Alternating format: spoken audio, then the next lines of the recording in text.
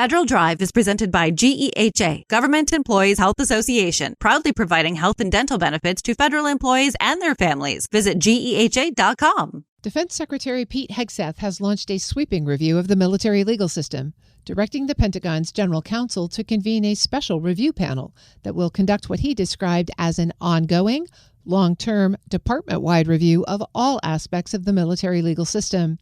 The review faces numerous challenges, and the panel structure will determine whether it leads to meaningful reform. For more details, Federal News Network's Anastasia Obis spoke with Ira Rushing, an associate at the Tully Rinckey law firm. What the panel is going to do is it's going to operate on this sustained basis rather than just a single end of review report. And so the idea is that it'll deliver some interim reports, recommendations on specific issues kind of as they're completed. And the objectives that are stated are to cut the bureaucracy and strengthen training and organization and refine culture and all these things that kind of objectively are good deals. I think Secretary Hegseth's framing in the memo is really that the review it's not about diminishing the essential role of the legal experts, but to provide support for effective legal advice that upholds the rule of law and all of that. And it's happened before. There's been previous assessments, the statutory reviews, the General Accountability Office, the GAO reports, things like that, but that we just need to do it more comprehensively and more sustained over a longer period of time now. So I think as far as what the audience cares about is that the announcement isn't in isolation. It's really the third major move on the military legal system in the last year and a half. He fired the different branches' top lawyers, saying that they were roadblocks to order or whatever he said, and then more recently ordered this no excuses review, as he called it, directing the service secretaries and everybody to cut duplication and bureaucracy and all that kind of stuff. So it sounds like you consistently over the course of time, the idea has just been to reduce waste and not make things so convoluted and insane. And whether or not that is done with a potential goal in mind of reducing administrative oversight, I don't know. And to be fair, I am a major and a JAG in the Mississippi Army National Guard. So what I say now is really just as a private military law practitioner and not necessarily the views of Department of Defense. But I think periodic review of the military legal system is a good thing, right? It's healthy, and prior reviews like the Military Justice Review Group and Independent Review Commission on Sexual Assault, all those things, they produce some real improvements. And so the question's not whether to review, but how the review is structured, who sits on it, what its independence looks like, and kind of how it interacts with statutory oversight mechanisms that Congress already created. And so in terms of maybe what actually needs reform, there's a lot of it. I live it. The Board for Corrections and Military Records, the Discharge Review Board side, we're waiting 2 years for adjudication of cases. There's inconsistent application of some liberal consideration policies. There's evidentiary practices that are completely different between the services. There's chronic backlog. And then from trial defense and military justice, defense counsel resourcing is a huge pain, and expert witness funding is a huge pain, and kind of IDC continuity. And then from the administrative separation side, there's all these inconsistencies and disparities across the different branches that if the goal is to close that gap, then great, I'm all for it. There's a lot of areas of the military legal system that need reform. My concern would be that the announcement kind of describes this panel as ongoing and convened by DoD General Counsel, which is a presidentially appointed political position. So if you compare that to the Military Justice Review Panel, that's statutory, that Congress designed to provide the same periodic independent assessment, but with civilian, academic, and practitioner members, the independent structure is if it's all inside DOD and DOD general counsel is a political appointee, the perception of fairness in military justice itself is going to be kind of a strategic asset. And plus, sustained reform, it takes statutory change, and this panel itself can't amend the UCMJ. So, and then, I guess finally, their relationship with Congress and with existing oversight bodies is going to be kind of unclear. So I don't know. I mean, there needs to be reform. If it's reform in military justice, everybody's inherently going to question it. And if it's reform to everything else, I don't even know that they will have the jurisdictional authority to do a lot of it.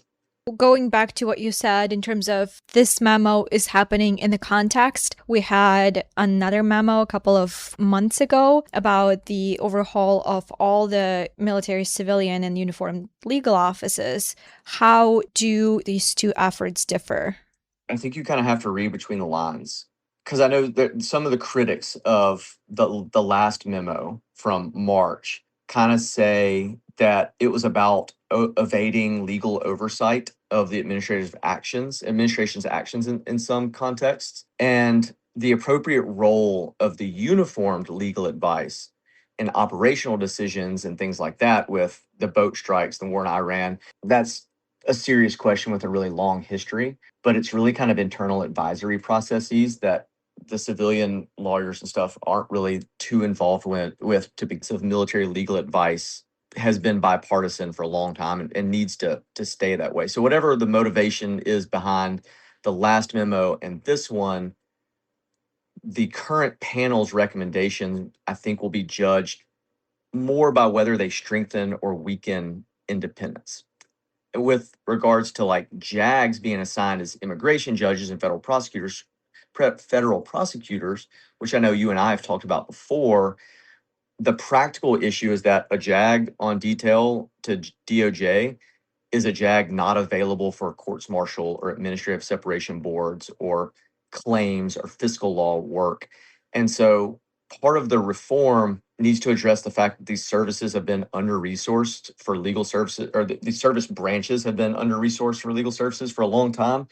And any sort of forced structure decisions that come from this really need to have that in mind. They need to strengthen against rising demand from sexual assault prosecutions or expanded administrative separation activity and increased contracting work. And so whether you support the underlying policies in terms of work from a workforce standpoint, the workforce math is the workforce math. And so hopefully these notices with regards to removing bureaucracy aren't pretext for removing people.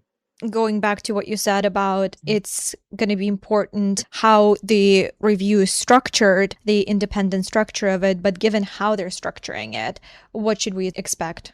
I think the last couple of years have allowed us to expect that we can't expect anything in particular that's coming out right now. It's going to be interesting. So in terms of the independence, because again, that's kind of the big thing, is I would have some reservations about it having the panel structured and convened by DOD General Counsel, who is in itself a bureaucratic position. So a bureaucrat making suggestions on how to reduce bureaucracy, I think, throughout the history of time has never often been a very good idea. But again, the difference between this being an executive branch panel and versus a legislative branch panel is its ability to actually effectuate any change to begin with. It can put out things that Secretary Hegseth has authority to change as the Secretary of Defense, but they can't change statutes. They can't change the UCMJ. They can't, how much input they have on the National Defense Authorization Act every year is going to be limited. So it's almost kind of like it's a good idea because again, review is good. We like review. We want it. We want there to be review. I don't know what it's going to do, right? Like in terms for the service member who's facing a court martial or administrative action today, nothing's going to change. The UCMJ is still going to be the UCMJ. The manual for courts martial is still going to be unchanged. The Army Regulation 27-10 or JAG against 5800 or Air Force Instruction 51-201. Like all of those are still in force, and the services trial defense organizations are still operating, and the boards are still adjudicating. So what matters for the individual service member right now is whether they're going to have qualified representation. So the reform debate's important, but because it's operating on multi-year horizon, it's kind of like, somebody's Article 32 hearing next month is happening under current rules. So, but going forward, if there are manpower changes that affect what is already a really strained ability to get appointed military counsel, that might be kind of difficult. But I guess what I would want to see to determine whether the review is credible, I'd want to see the independent membership include former TJAGs, retired military judges, academic experts, defense practitioners. I'd want to see a public charter and a public interim reports. I'd want to see it coordinate with the existing military justice review panel through Congress rather than just displacing it. And so if the panel produces those things, then okay, legitimate reform agenda has a real shot. But if it doesn't, it's just going to be seen as an internal political document, kind of regardless of the quality of its recommendations. Reviewing the military legal system is not a problem. Reviewing it inside the building without independent structure that prior efforts had is a structural concern even before these recommendations land. That's Tully Rinckey's Ira Rushing, speaking with Federal News Network's Anastasia Obis. You can find her full story at federalnewsnetwork.com.